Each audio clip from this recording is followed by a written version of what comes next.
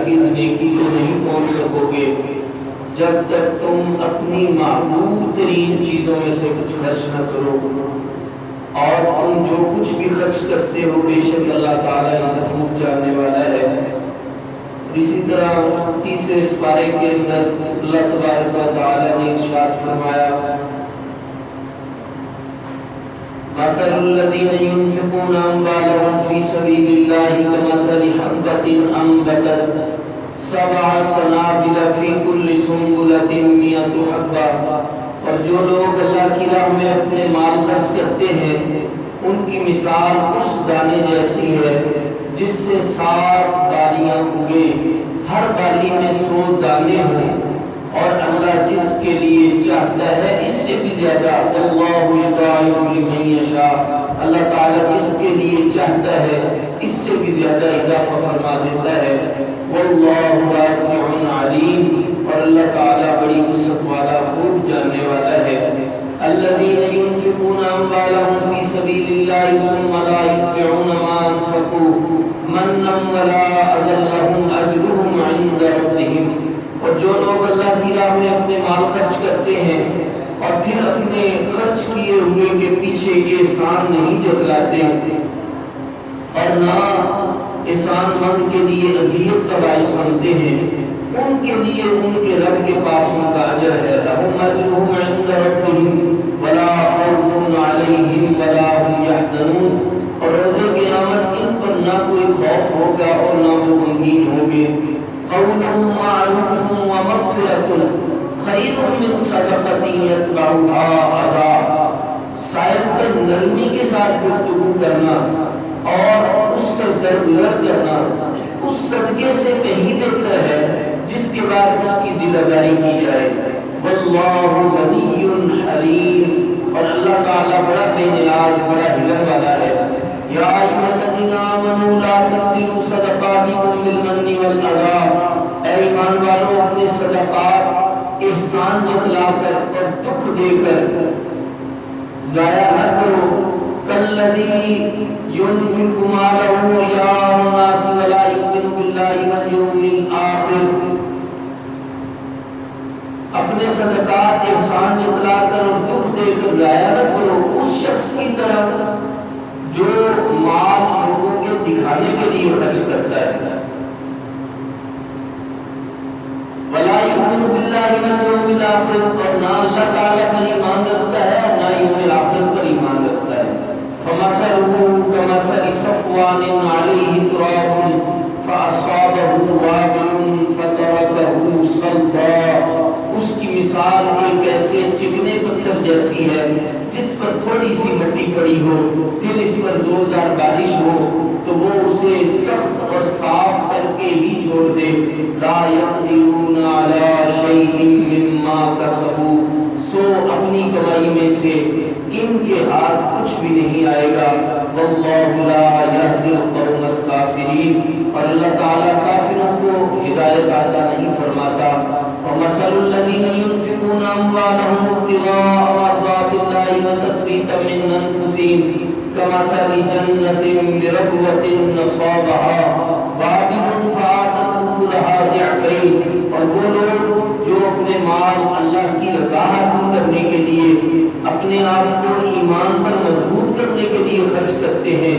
ان کی مثال ایک ایسے باغ جیسی ہے جو اونچی سطح پر ہو اور اس پر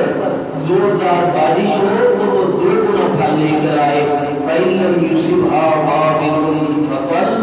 اور اگر اس پر زوردار بارش نہ بھی ہو تو اس کے لیے شبنم ہی کافی ہو جائے۔ وَاللَّهُ بِمَا تَعْمَلُونَ بَصِيرٌ، اور اللہ تعالیٰ تمہارے اعمال کو خوب دیکھنے والا ہے۔ أَيَوَدُّ أَحَدُكُمْ أَن تَكُونَ لَهُ جَنَّةٌ مِّن نَخِيلٍ وَأَعْنَابٍ تَجْرِي مِن تَحْتِهَا الْأَنْهَارُ لَهُ فِيهَا مِن كُلِّ الثَّمَرَاتِ وَأَصَابَهُ الْكِبَرُ وَلَهُ ذُرِّيَّةٌ ضُعَفَاءُ، کیا تم میں سے کوئی شخص یہ پسند کرے گا اس کے پاس کھجوروں اور انگوروں کا ایک باغ ہو جس کے نیچے نہریں بہتی ہوں، اس کے لیے اس میں ہر قسم کے پھل ہوں، اور اسے بڑھاپا آ پہنچے اور اس کی اولاد ابھی ناتواں ہو، فَأَصَابَهَا إِعْصَارٌ فِيهِ نَارٌ فَاحْتَرَقَتْ، اور اس بات پر ایک بگولا آ جائے جس میں آگ ہی آگ ہو جو اسے جلا دے۔ کذالک یبین اللہ لکم الآیات لعلکم تتفکرون، اسی طرح اللہ تعالیٰ تمہارے لیے نشانیاں واضح طور پر بیان فرماتا ہے تاکہ تم غور کرو۔ یا ایھا الذین آمنوا انفقوا من طیبات ما کسبتم ومما اخرجنا لکم من الارض ولا تیمموا الخبیث منہ تنفقون ولستم بآخذیہ الا ان تغمضوا فیہ، اے ایمان والوں پاکیزہ کمائیوں میں سے اور اس میں سے جو ہم نے تمہارے لیے زمین سے نکالا ہے خرچ کیا کرو، اور اس میں سے جو ردی مال ہے اس کو اللہ کی راہ میں خرچ کرنے کا ارادہ مت کرو کہ اگر تمہیں وہی دیا جائے تو تم اسے ہرگز نہ لو سوائے اس کے کہ الا ان تغمضوا فیہ، تم اس میں چشم پوشی کر لو۔ وَاعْلَمُوا أَنَّ اللَّهَ غَنِيٌّ حَمِيدٌ، اور جان لو کہ بے شک اللہ تعالیٰ بے نیاز ہے اور لائق ہر حمد ہے۔ سامعین حضرات، یہ میں نے آپ کے سامنے پورا رکوع اور اس کا ترجمہ کرنے کا شرف حاصل کیا ہے۔ واضح آیات ہیں، رب تعالیٰ نے فرمایا جو کوئی اللہ کی راہ میں خرچ کرتا ہے رب تعالیٰ اس کا اجر اسے 700 گنا تک عطا فرماتا ہے۔ جو نیکی ہے اس کا اجر 700 گنا تک عطا فرماتا ہے۔ کس طرح؟ جس طرح ایک دانہ جو مٹی کے اندر جس کو دفن کیا جاتا ہے، جس کو بیجا جاتا ہے تو اس سے 7 بالیاں نکلتی ہیں، ہر بالی کے اندر 100 دانہ ہوتا ہے، یعنی وہ ایک دانہ 700 دانے کو لے کر آیا جو مٹی کے اندر رہا، جس کو آپ نے بیج بویا۔ حضرت شیخ سعدی نے غالباً یہ بات لکھی ہے، آپ فرماتے ہیں انسان جو کچھ گفتگو کرتا ہے وہ جس سے گفتگو کی جا رہی ہے اس کے دل میں بیج کی طرح ہوتا ہے۔ اگر آپ نے کسی کے ساتھ حسن سلوک کیا ہے، خوبصورت بات کہی ہے، اچھی بات کہی ہے، نصیحت کی ہے، بھلائی کا ارادہ کیا ہے، تو وہ جیسے جیسے وقت گزرتا جائے گا وہ خوبصورت بات اس کے دل کے اندر ایک خوبصورت درخت کی مانند اگتی چلی جائے گی۔ پھر وہ ایک وقت آئے گا کہ وہ جو اس کی خوبصورت گفتگو ہے اس سے پھل نکلے گا، اس سے خوشبو آئے گی۔ بالکل اسی طرح اگر کوئی کسی کے ساتھ بدتمیزی کرتا ہے، بد اخلاقی کرتا ہے یا کوئی اس طرح کا معاملہ کرتا ہے تو وہ بھی اسی طرح بیج کی مانند ہے۔ پھر وہ جیسے جیسے وقت گزرے گا وہ جو بری بات ہے، وہ جو برا سلوک ہے وہ کانٹوں کی مانند اگتا ہے، اس کے اندر بھی اضافہ ہو جاتا ہے۔ تو یہ جو نیکی ہے، یہ نیکی رب تعالیٰ نے فرمایا اس کو ہم 700 گنا تک بڑھا دیتے ہیں، اور فرمایا کہ جب انسان نیکی کا ارادہ کرتا ہے ہم اسے نیکی عطا فرما دیتے ہیں۔ نیکی کے ارادے پہ ایک نیکی، اور جب وہ نیکی کر لیتا ہے تو 10 گنا نیکی عطا فرماتے ہیں۔ یہاں پہ فرمایا کہ پھر ہم اس نیکی کو 700 گنا تک بڑھا دیتے ہیں۔ مثال کے طور پر جیسے رمضان شریف ہے، رمضان شریف کے اندر نیکیوں کی جو برسات ہے وہ تیز ہو جاتی ہے، اس کے اوپر اجر زیادہ مرتب ہوتا ہے، رب تعالیٰ اس کے اوپر زیادہ انسان کو دل کی صفائی عطا فرماتا ہے رمضان شریف کے اندر۔ اسی طرح جب انسان اخلاص کے ساتھ کوئی کام کرتا ہے، جتنا زیادہ اس کی بات کے اندر، اس کے کام کے اندر، افعال کے اندر اور رب کی راہ میں خرچ کرنے کے اندر جتنا زیادہ رضائے الہی کا پہلو ہوتا ہے، جتنا زیادہ اخلاص ہوتا ہے، اتنا زیادہ رب تعالیٰ اس پر اجر عطا فرماتا ہے۔ اب یہ یہاں پر فرمایا کہ ہم 700 گنا تک اجر عطا فرماتے ہیں نیکی کے اوپر۔ لیکن روزے کے بارے میں رب تعالیٰ نے فرمایا جو میرے لیے روزہ رکھتا ہے اس کا اجر میں ہی اسے عطا فرماؤں گا۔ اس کی وجہ ہے، اس کے اندر ایک بڑی خوبصورت بات ہے کہ جو بھوکا رہنا ہے، پیاسا رہنا ہے، اللہ تعالیٰ کے لیے یہ جو وجود کی چیزیں ہیں ان کو ترک کرنا انسان کی روح کو طاقتور کرتا ہے۔ نفس کی وجود کی لذتوں کو انسان جتنا جتنا کم کرتا ہے ویسے ویسے انسان کی روح طاقتور ہوتی ہے۔ جیسے جیسے انسان کی روح طاقتور ہوتی ہے ویسے ویسے وہ اللہ تعالیٰ کی مشیت کو سمجھتا ہے، ویسے ویسے وہ اللہ کے ارادوں سے آگاہ ہوتا ہے، ویسے ویسے اسے اللہ تعالیٰ کی معرفت نصیب ہوتی ہے، اور جیسے جیسے رب کی اسے معرفت نصیب ہوتی ہے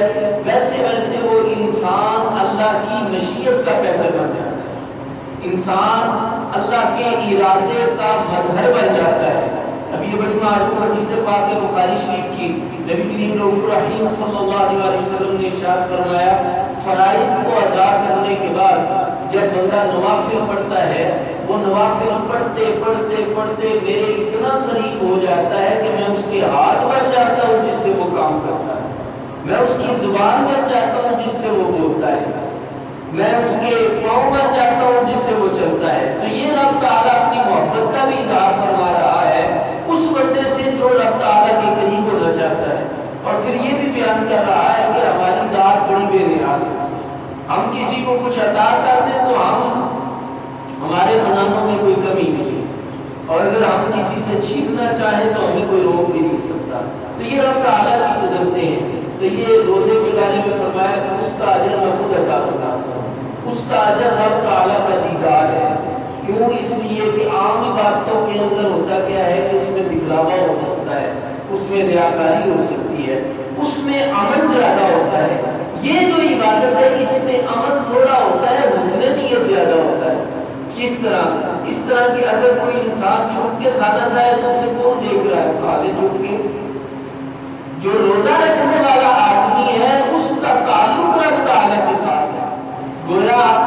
آپ صبح سے لے کے غروب آفتاب تک بھوکے رہتے ہیں، پیاسے رہتے ہیں، اپنی زبان کو فضول گوئی سے محفوظ رکھتے ہیں، فوج گوئی سے اپنے آپ کو محفوظ رکھتے ہیں، برے کاموں سے محفوظ رکھتے ہیں۔ گویا وہ آپ کی روزے کے سارا جو پیریڈ ہے وہ ہر لمحہ آپ رب کو یاد کر رہے ہیں، ہر لمحے وہ جو بھوک ہے وہ آپ کو اپنے رب کی یاد دلا رہی ہے۔ آپ اپنے وجود کو کیا کہہ رہے ہیں کہ نہیں کھانا؟ کیوں نہیں کھانا؟ اس لیے کہ میں یہ جو بھوکا اور پیسہ لے رہا ہوں یہ رب کے حکم کی وجہ سے ہے، رب کی رضا کی وجہ سے ہے، نیکی کی وجہ سے ہے، رب کے حکم کی وجہ سے میں بھوکا پیاسا ہوں۔ تو گویا اس زندگی کا ایک ایک لمحہ جس میں وہ روزے دار ہے وہ اس کا رب کے ساتھ تعلق جوڑ رہا ہے، وہ رب تعالیٰ کو یاد کر رہا ہے، وہ رب تعالیٰ کے رنگ میں اپنے آپ کو رنگ رہا ہے۔ تو فرمایا کہ ہم اسے 700 گنا تک اجر عطا فرماتے ہیں۔ واللہ یضاعف لمن یشاء، اور اللہ تعالیٰ جس کے لیے چاہتا ہے اس سے بھی زیادہ اضافہ فرما دیتا ہے۔ یہ 700 گنا بیان کرنے کے بعد فرمایا کہ رب چاہے تو اس سے بھی زیادہ عطا فرما دے۔ ہم مثال کے طور پر بخاری شریف کی ایک حدیث پاک ہے، نبی کریم صلی اللہ علیہ وسلم نے ارشاد فرمایا ایک گناہگار خاتون ساری زندگی گناہوں میں مبتلا رہی، تو ایک جگہ چلتے چلتے اس نے دیکھا کہ ایک کتا ہے جو پیاسا ہے اور ایک کنویں کے گرد وہ چکر لگا رہا ہے۔ اسے پتا چلا کہ اس علاقے میں کوئی قریب کوئی پانی کا انتظام نہیں، صحرا ہے اور یہ کتا پیاسا ہے یقیناً۔ وہ عورت اس کنویں کے اندر اتری، اب اس کے دماغ میں کیا چیز ہے؟ فقط اللہ تعالیٰ کی رضا ہے، اللہ تعالیٰ کی پیدا کردہ مخلوق وہ گرچہ کتا ہے، اس کا خیال ہے کہ یہ پیاس سے مر جائے گا، یہ پیاس سے مر جائے گا ادھر صحرا میں، اگر اس کو کسی نے پانی نہ دیا تو یہ اللہ کی مخلوق ہے۔ تو اللہ کی مخلوق کے ساتھ جو مہربانی کرنا ہے یہ اللہ تعالیٰ کا حکم ہے، یہ ہمارے دین کے اندر ہے۔ تو وہ عورت اس کنویں کے اندر اتری، اس نے اپنے موزوں کو پانی سے گیلا کیا، باہر نکال کے اس کو اس کے منہ کے اندر نچوڑا، اور وہ جو پیاس سے مرنے والا کتا تھا اس کو ایک نئی زندگی دی۔ رب تعالیٰ نے اس ایک نیکی کی وجہ سے اس کی بخشش بتا دی۔ اب یہ ایک نیکی کو نیکی کے طور پر اگر آپ دیکھیں تو ایک نیکی ایک طرف ہے، ساری زندگی کے گناہ دوسری طرف ہے۔ لیکن اگر آپ اس کو اس طرح دیکھیں کہ وہ ایک نیکی کے لیے، اس ایک نیکی کے لیے اس نے اپنے دل کو کتنا صاف کیا، وہ لمحہ جو اس کی طبیعت کے اوپر طاری ہوا، اس لمحے نے اس کی جسم کی نفس کی ساری آرائشوں کو ہی ختم کر دیا۔ وہ ایک جو محبت کا عنصر رب کے ساتھ پیدا ہوا اور اللہ کی رضا کی خواہش اس کے دل میں پیدا ہوئی، وہ کتنی پاکیزہ تھی، وہ کتنی اعلیٰ تھی، اور وہ کتنی اخلاص پر مبنی تھی کہ وہ ایک ارادہ، ایک خواہش اور اس ایک لمحے میں رضا الہی کی جو طلب ہے اس نے اس کی زندگی کے بخشش اور مغفرت کے لیے وہ ایک لمحہ ہی کافی ہو گیا۔ اب اس کا مطلب ایک سمجھے، اب اس کا ایک مطلب تو یہ ہوا کہ اس کی جو پہلی جتنی زندگی تھی وہ ساری کی ساری جنتی ہو گئی۔ وہ جو جہنم والی زندگی تھی اس ایک لمحے نے اس سارے کو جنت میں بدل دیا ہے۔ وہ پوری زندگی کا جو سفر تھا وہ سارا ہی سرفراز ہو گیا، وہ سارا کامیاب ہو گیا۔ میں نے یہ شاید کل بھی مثال دی تھی کہ ایک بندہ بڑا بادشاہ رہا، بڑا سی ایس پی آفیسر بن گیا، بڑا کوئی بہت بڑے اعلیٰ منصب کے اوپر رہا، بڑا کوئی 22ویں گریڈ کا افسر بن گیا، لاکھوں روپیہ یا تنخواہ لیتا تھا، جو بھی تھا، جب وہ مرا اور جہنم میں چلا گیا اس کی ساری زندگی غارت ہو گئی۔ اور وہ بندہ بے شک بے نوا فقیر تھا، غریب تھا، لیکن وہ مرنے کے بعد جنت میں چلا گیا تو اس کی زندگی کامیاب ہو گئی۔ تو یہ ایک ایسا لمحہ ہوتا ہے جب انسان اپنے آپ کا سوچتا ہے تو وہ ایک لمحہ ہی اس کے لیے کافی ہو جاتا ہے۔ اور اس کے اگر آپ کسوٹی کے اوپر جانچنا چاہیں تو اس کا یہ ہے کہ میرے انسان حرام چیزوں کے قریب نہیں جاتا، اور جو چیزیں رب نے فرض قرار دی ہیں ان سے وہ دور نہیں رہتا، ان سے اپنے آپ کو بچا کے اور اپنے آپ کو پہلوتا ہی نہیں کرتا۔ باقی ساری زندگی وہ ایک لمحہ جو اسے قرب کر نصیب ہو جائے۔ فرمایا الذین ينفقون اموالهم فی سبیل اللہ ثم لا یتبعون ما انفقوا منا ولا اذى۔ اب یہ دیکھیں، ایک تو نیکی کا اجر ثواب 700 گنا تک، اس سے بھی زیادہ پھر اخلاص جتنا بڑھتا چلا جائے۔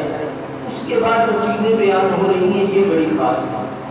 وہ کس طرح کہ ایک بندے نے بہت بڑی کوئی بوری پکڑی ہو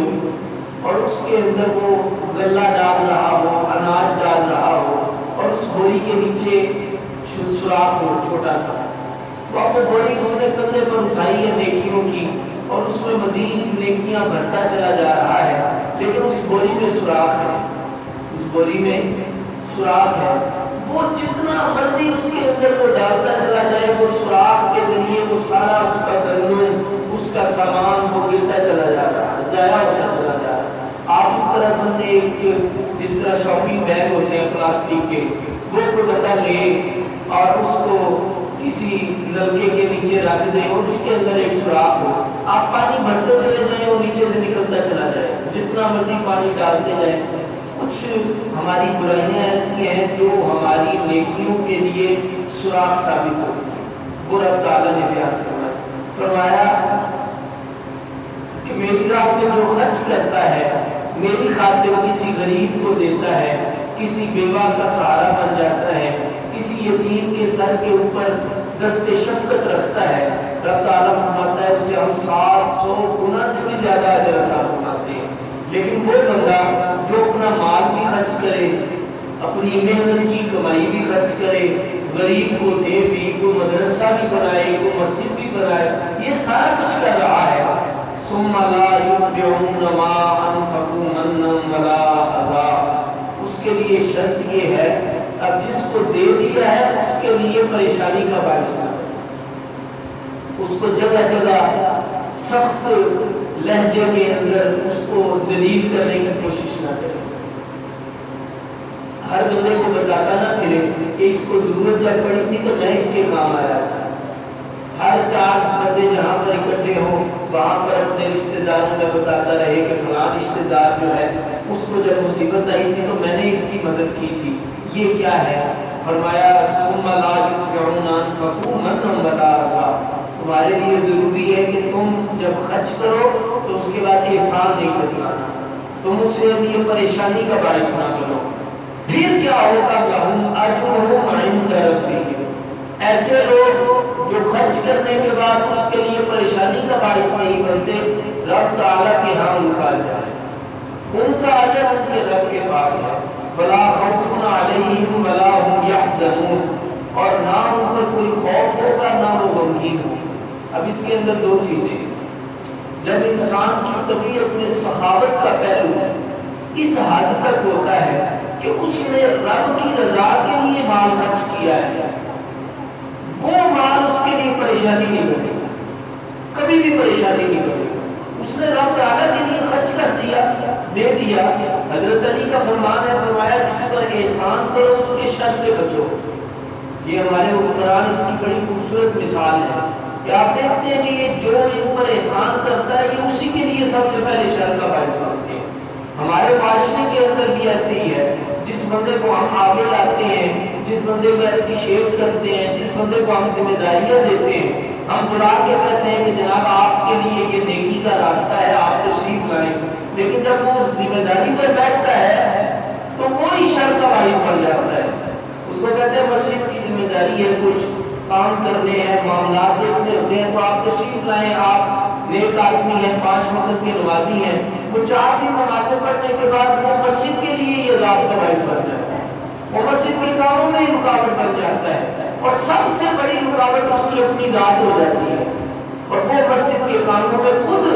یعنی کہ وہ جو بندہ نیکی کرنے کے لیے آیا تھا وہ الٹا گناہ میں مبتلا ہو گیا۔ یہاں پہ جو بندے کی ایک معاشرتی بات بیان کر رہا ہوں میں اپنی اصلاح کے لیے بھی، جو لوگ 10 روپے مسجد میں دیتے ہیں وہ سمجھتے ہیں کہ شاید علامہ صاحب پہ ہم نے بڑا احسان کیا، یہ مینٹیلٹی ہوتی ہے۔ اگر کسی نے ہزاروں یا لاکھوں میں کچھ دے دیا وہ تو اس نے مسجد خرید لی، سمجھے مسجد خرید لی، اس نے وہ مالک ہو گیا۔ ولا خوف علیہم ولا هم یحزنون، جو اللہ کے لیے خرچ کرے گا اس کا وہ مال اس کے لیے پریشانی نہیں بنے گا، اس کے لیے خوف کا باعث نہیں بنے گا،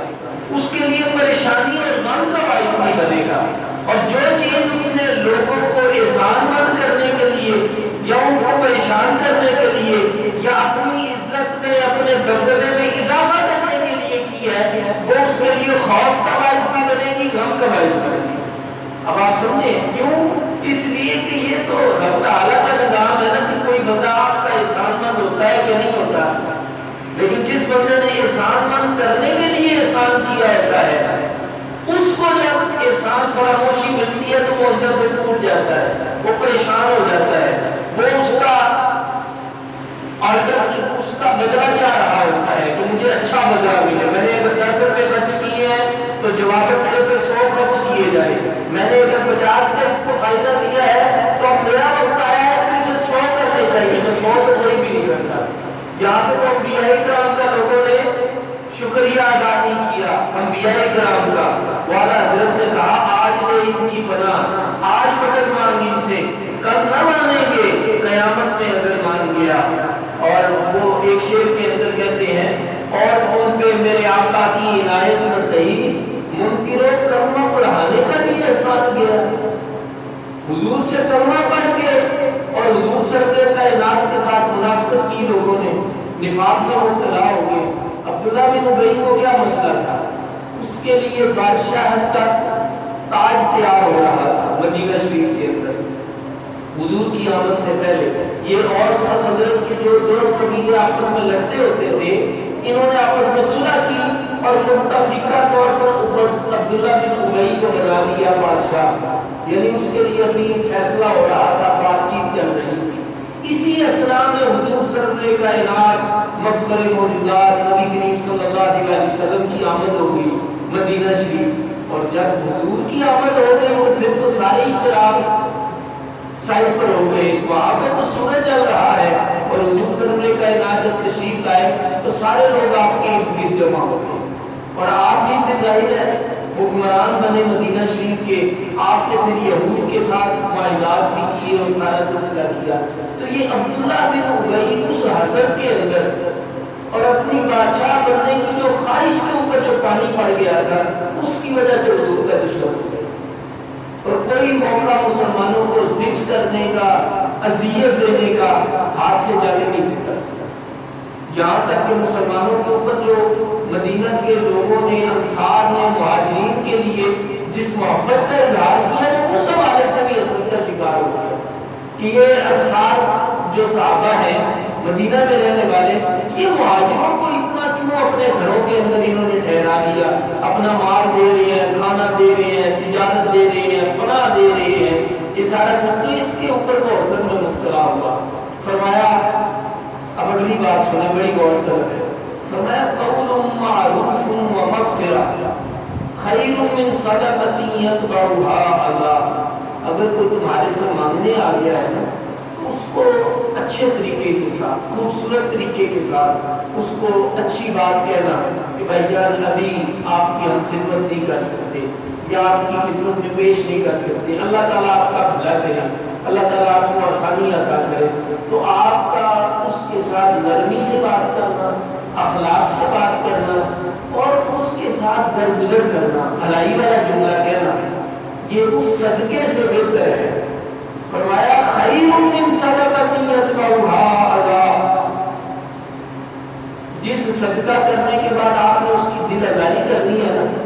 ایک بندے کو آپ نے 5,000 دے کے تم سے جو 500 باتیں سنانی ہے، تو رب تعالیٰ فرماتا ہے کہ یہ صدقے سے بہتر ہے تم اسے خوبصورت بات ہی کہہ، تم نہ پیسے خرچ کر کے بڑا احسان نہ کرو، کائنات کا رب ہے جو ان کو پال رہا ہے، یہ کائنات تیری وجہ سے نہیں چل رہی، تو اگر بھوکے کو نہیں دے گا تو یہ بھوک سے مرتا نہیں ہے، تو اگر ننگے کو لباس نہیں دے گا تو یہ ننگا ہی نہیں رہے گا، اس کی سطر پوشی رب نے فرمانی ہے، اس کو بھی رزق اسی رب نے دینا ہے جو تجھے دے رہا ہے۔ یہ بات میں نے شاید پہلے بھی ایک مرتبہ ذکر کی تھی کہ یہ اخبار کے اندر ایک شخص نے ایک کالم لکھا، اس نے بتایا کہ ہمارے والد گرامی جو تھے ہمارے چچا جان کو فالج ہونے کے بعد اپنے گھر لے آئے تھے، تو اپنے گھر میں ان کو لا کے رکھا، کھانا کھلایا، ان کی خدمت کرتے تھے، تو ہمارا چھوٹا سا ایک کارخانہ تھا، تو والد صاحب نے دیکھا کہ جو چچا ہیں جن کو فالج ہوا تھا ان کی خدمت کے لیے گھر والے لاپرواہی کرتے ہیں، تو انہوں نے آہستہ آہستہ کارخانے پہ جانا چھوڑ دیا اور اپنے جو بیٹے تھے جتنے بھی تھے ان بیٹوں کی ذمہ داری لگا دی کہ اب کارخانہ آپ سنبھالا کریں، یہ ذمہ داری تیری ہے، یہ ذمہ داری تیری ہے، یہ ذمہ داری آپ کی ہے، ذمہ داریاں بانٹ دیں اور خود گھر میں اپنے بھائی کی خدمت کے لیے گھر میں ہی رہ گئے اور دن رات ان کی خدمت کرتے تھے۔ اب ظاہر ہے ایک فالج شدہ آدمی جو ہے وہ نہ اپنی جو ہے وہ طاقت کے ساتھ نہ کھا سکتا ہے، نہ پی سکتا ہے، نہ آ سکتا ہے، نہ اس طرح کے سارے معاملات وہ ان کی خدمت کرنے لگے، کہنے لگے کہ جو ہمارا کارخانہ ہے وہ بڑی فیکٹری میں تبدیل ہوا، پھر 2 فیکٹریاں، پھر 3 فیکٹریاں، پھر 4 فیکٹریاں، وقت کے ساتھ ساتھ ہمارا کاروبار بڑھتا چلا گیا اور گھر میں محسوس اسی طرح ہوتا تھا کہ شاید یہ نوجوان بچوں کے سر پہ ذمہ داری گئی ہے تو اب عزت میں اضافہ ہو گیا ہے، زیادہ کمائی آنے لگی ہے، فیکٹریوں پہ فیکٹریاں بن رہی ہیں۔ کہتے یہ سلسلہ جاری و ساری تھا کہ ہمارے والد صاحب دنیا سے چلے گئے، وہ جن کو فالج تھا چچا جان وہ تو زندہ رہے، ابا جان کو کوئی ایسا بیماری ہوئی کہ وہ دنیا سے چلے گئے، اب کہتے ہیں کہ وہ چچا گھر والوں پر ظاہر بوجھ تھے، نہ ان کا کوئی خیال رکھنے والا، نہ ان کو کھانا دینے والا، تو ہم نے بھائیوں نے آپس میں مشورہ کر کے ان کو ایک عیدی سینٹر کے اندر جہاں پہ بوڑھے لوگوں کو، لاچار لوگوں کو رکھا جاتا ہے وہاں پہ ان کو جمع کروا دیا، داخل کروا دیا اور عیدی والوں کو کچھ پیسے وغیرہ دے دیے کہ آپ یہ ہمارے چچا جان ہیں۔ عیدی والوں نے کچھ اس طرح کے ادارے بنائے ہیں کہ جو لوگ زندگی سے بالکل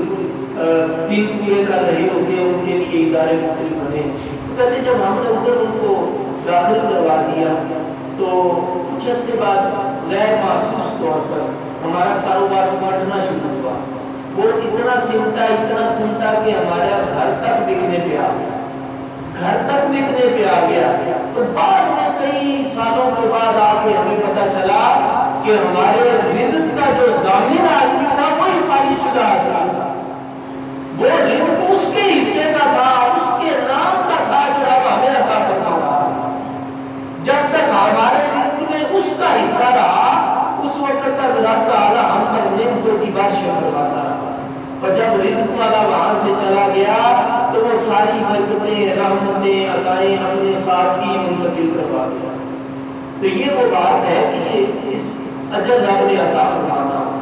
مہربانی رب نے کرنی ہے۔ اگر آپ کسی کو کچھ دے رہے ہیں تو اپنی خوش قسمتی سمجھیں کہ رب تعالیٰ نے توفیق عطا فرمائی ہے۔ پھر قرآن پاک میں رب تعالیٰ نے جہاں پر بھی یہ خرچ کرنے کا بات کہا کہ یہ تو وفی اموالہم حق للسائل والمحروم، تمہارے مال میں سائل اور محروم کا حق ہے، اور ایک جگہ ارشاد فرمایا کہ یہ تو مال ہے ہی ان کا تھا جو تمہارے پاس پڑا تھا، ان کے مال ان کو دے دو، یہ جو مانگنے والا آیا ہے اس کا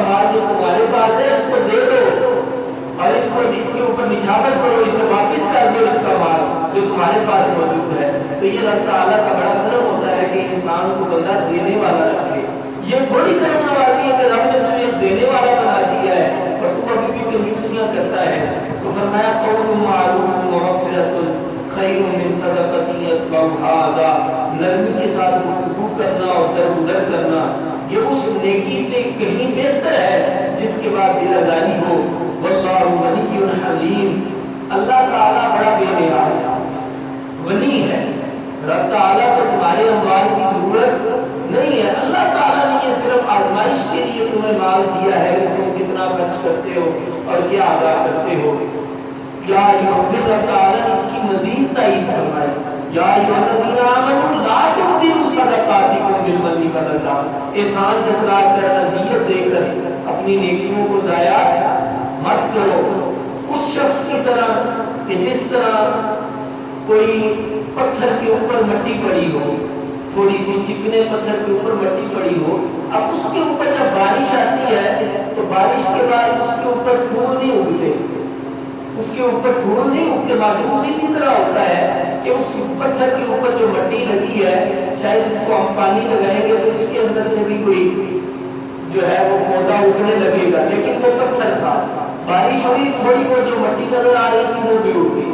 وہ بھی ختم ہو گئی، تو وہ مٹی تھی ہی نہیں۔ تو اس لیے اس طرح جو بندہ احسان جتلاتا ہے، جو بندہ اذیت دیتا ہے، وہ گویا اپنی نیکی کو اس پانی کی طرح ضائع کر دیتا ہے۔ اس کی نسبت اگر کوئی زرخیز زمین ہو، وہاں پہ جب موسلادھار بارش ہوتی ہے تو وہاں سے پودا نکل آتا ہے، وہاں سے درخت اگتے ہیں۔ تو رب تعالیٰ نے فرمایا کہ فَمَثَلُهُ كَمَثَلِ صَفْوَانٍ عَلَيْهِ تُرَابٌ فَأَصَابَهُ وَابِلٌ فَتَرَكَهُ صَلْدًا، اس کی مثال ایک ایسے چکنے پتھر جیسی ہے جس پر تھوڑی سی مٹی ہو اور اس پر زوردار بارش ہو تو اس کو پتھر کی طرح بالکل چٹیا پتھر کر دے۔ لا يقدرون على شيء مما كسبوا، وہ نیکیاں جس کو بندہ نیکی ساری زندگی سمجھتا رہا وہ اس کے لیے عذاب کا باعث بن گئی۔